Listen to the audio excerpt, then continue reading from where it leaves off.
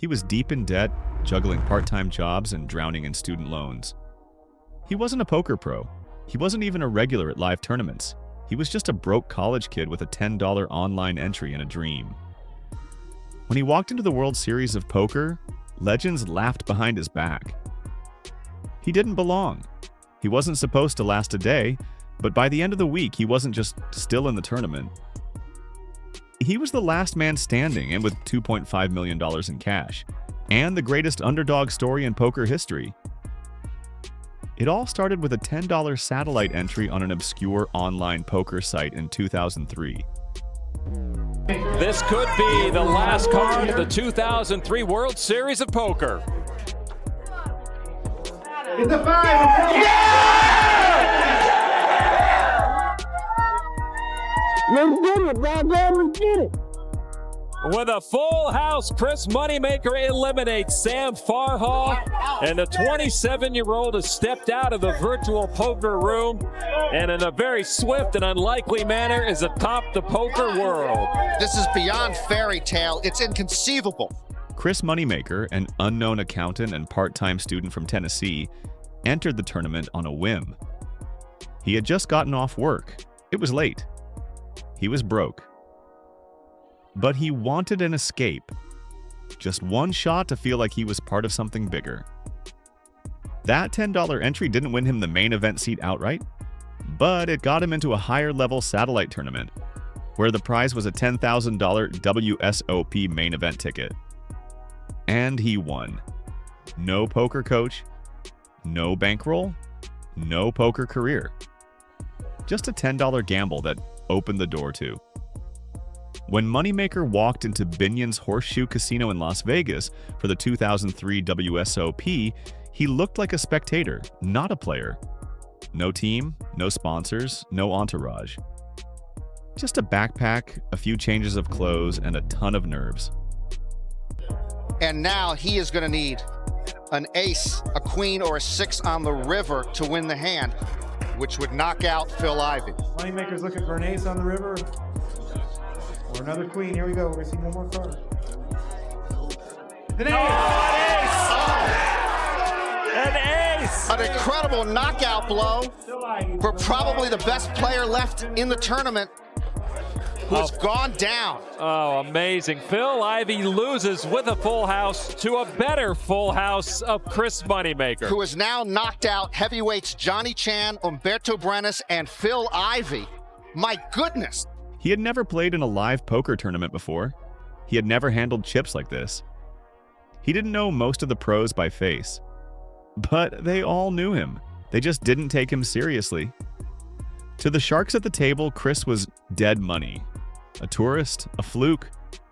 But what they didn't realize was that underestimating him was their biggest mistake. The early stages of the tournament were filled with landmines. Poker titans like Phil Ivey, Johnny Chan, and Howard Litterer were all in the mix. Chris sat quietly, watched closely, and learned fast. He didn't try to outplay them with fancy moves. He played tight, patient, calculated. He started picking up patterns in how players bet with strength, how they bluffed under pressure, and slowly he started winning pots. By day 3, the tables turned. The amateurs were gone. The legends remained. And in the middle of it all, the broke college kid from Tennessee, still standing. In one of the most iconic hands in poker history, Chris went toe-to-toe with Sammy Farha, a seasoned professional with ice-cold nerves. Moneymaker held King of Spades, 7 of Hearts, and the board read 9 of Spades, 2 of Spades, 6 of Spades, 8 of Clubs, 3 of Spades. A terrifying flush board. Moneymaker had nothing, not a pair, not a flush, not even a draw. But he saw fear in Farha's hesitation. He pushed all in, a complete bluff. Farha folded. That moment shook the entire room. Moneymaker hadn't just bluffed a pro, he had dominated him. And from that point forward, everyone at the table knew. This guy wasn't lucking into pots. He was outplaying legends. The final table of the 2003 World Series of Poker wasn't a charity event. It was a battleground. Players like Dan Harrington and Jason Lester were seasoned, studied, and emotionally controlled. They had years of live experience and hundreds of thousands in earnings. Chris? He was playing his first live final table ever, but instead of freezing, he turned up the heat. He mixed up his style, raised unexpected hands, used table image to his advantage. He played like someone who had nothing to lose, and it worked. One by one, the pros fell. All right, here we go. Johnny's going to put it on the line. I need a heart, dealer. Johnny's best chance is a deuce for a straight. Oh, yeah, man, in bad shape. All right, put a deuce up there. No deuce. All right, here we go. Moment of truth. The turn card, a 9 of hearts, and that's going to do it. Chris Moneymaker with the ace-high flush takes down Johnny Chan. Wow, this is like Buster Douglas knocking out Mike Tyson. The two-time champion goes down in a heartbeat. Sometimes even the perfect player has imperfections. He put all his chips at risk on a draw. All he had was a draw, and now he's going to have to go home. The tension rose, and by the time it was heads up, it was Moneymaker versus Farha again. The final hand of the 2003 World Series of Poker main event wasn't explosive on the surface, but it was a masterclass in courage and psychological warfare. Chris Moneymaker, holding 5 diamonds, 4 spades, faced off against Sammy Farha, who held Jack Spades 10 diamonds. At first glance, these weren't monster hands, but the flop, Jack of clubs, 5 of spades, 4 of clubs, was explosive. Farha hit top pair with jacks, a great hand in heads-up play. He had every reason to feel confident. Moneymaker, on the other hand, hit bottom 2 pair, a hand that could beat Farha but was extremely vulnerable if he didn't play it perfectly.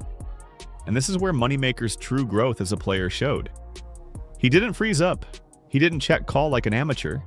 He bet strong, forcing Farha to make decisions under pressure. The turn came 8 diamonds, changing nothing. The river? A meaningless 5 of clubs, giving Moneymaker a full house. The final pot swelled to millions in chips. Farha bet. Moneymaker moved all in. Silence fell across the room. Even the pros watching from the rail, legends like Johnny Chan and Daniel Negreanu, leaned forward. Farha tanked. He wasn't sure. His instincts screamed danger, but his experience told him that top pair was likely good. Eventually he called. When Moneymaker flipped over his full house, the crowd erupted. In that single moment, the kid from Tennessee became the world champion. The amateurs watching at home, the office workers, students, bartenders, and broke grinders, didn't just cheer. They saw themselves in Chris, and they realized it could be them next. Chris Moneymaker didn't just win a tournament. He accidentally lit the fuse for the largest poker boom in modern history. Before 2003, poker was a niche game, mostly dominated by older professionals, casino regulars, and insiders. Live games were exclusive. Online poker was barely emerging. The World Series of Poker was televised, yes, but it didn't have mass appeal. That all changed with one moment. When millions of people around the world saw an ordinary guy with a $10 online entry beat a room full of poker elites to win $2.5 million, something shifted deep in the culture. Suddenly, every college dorm, every basement game, every casual home tournament felt real, possible. They called it the Moneymaker effect, a surge of online poker players flooding the digital tables, believing they too could satellite their way into glory. Online poker sites exploded, poker stars saw record growth, ESPN ratings skyrocketed, local casinos couldn't keep up with the demand, and all of it was because a man named Moneymaker showed up, bet big, and won. He didn't just change poker, he democratized it. He proved that poker wasn't about wearing sunglasses and bluffing with bravado. It was about reading people, managing risk, being brave when it mattered most. And millions took that lesson to heart. After winning $2.5 million, Chris Moneymaker didn't do what most would expect. He didn't disappear into luxury. He didn't start flaunting Lamborghinis or throwing high-stakes tantrums on reality TV. He didn't burn through his money on yachts or designer watches. Instead, he returned to Nashville. Quietly.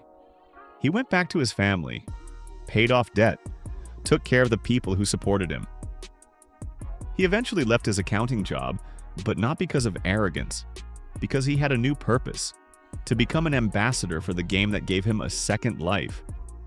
PokerStars quickly signed him as a sponsored pro. He began touring internationally, not just as a competitor, but as a symbol. Everywhere he went, fans approached him, not because he was flashy, but because he was relatable. He became a mentor, a speaker, a figurehead for responsible poker. His story wasn't one of excess, it was one of balance, gratitude, and legacy. And even as new champions emerged with bigger titles and fancier stats, none of them replaced what Moneymaker represented. He wasn't the best, he was the most important. Let's talk numbers. The odds of turning a $10 satellite into a $2.5 million payday at the World Series of Poker? Statistically close to impossible. Thousands of players enter. Only one walks away with the title. And yet, it happened. That's why even today, with software tools, solvers, and complex training programs, the story of Chris Moneymaker still feels magical. Because in today's poker climate, with massive skill gaps and high-level technical analysis, this kind of story feels like a glitch in the matrix. It wasn't supposed to happen. And yet, because it did, every underdog at every tournament still believes, maybe today is the day. This story taps into something universal: the belief that a single decision, made on an ordinary night, can permanently alter the course of your life. It's the emotional heartbeat behind poker, the edge that separates this game from every other competition. Poker doesn't ask for perfect stats, it asks for courage.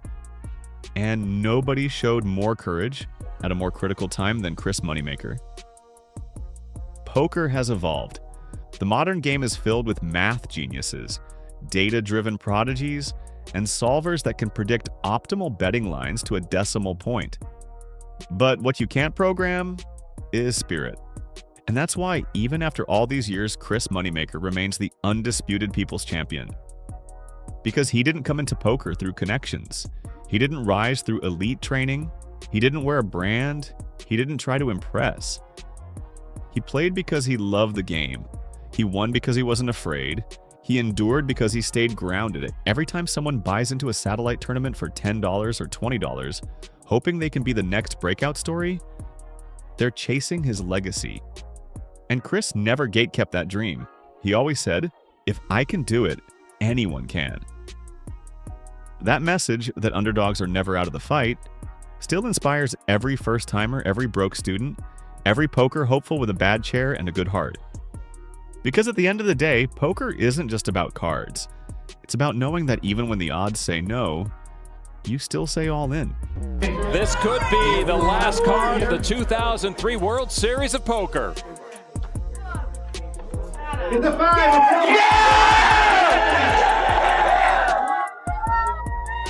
Let's get it, bro. Let's get it.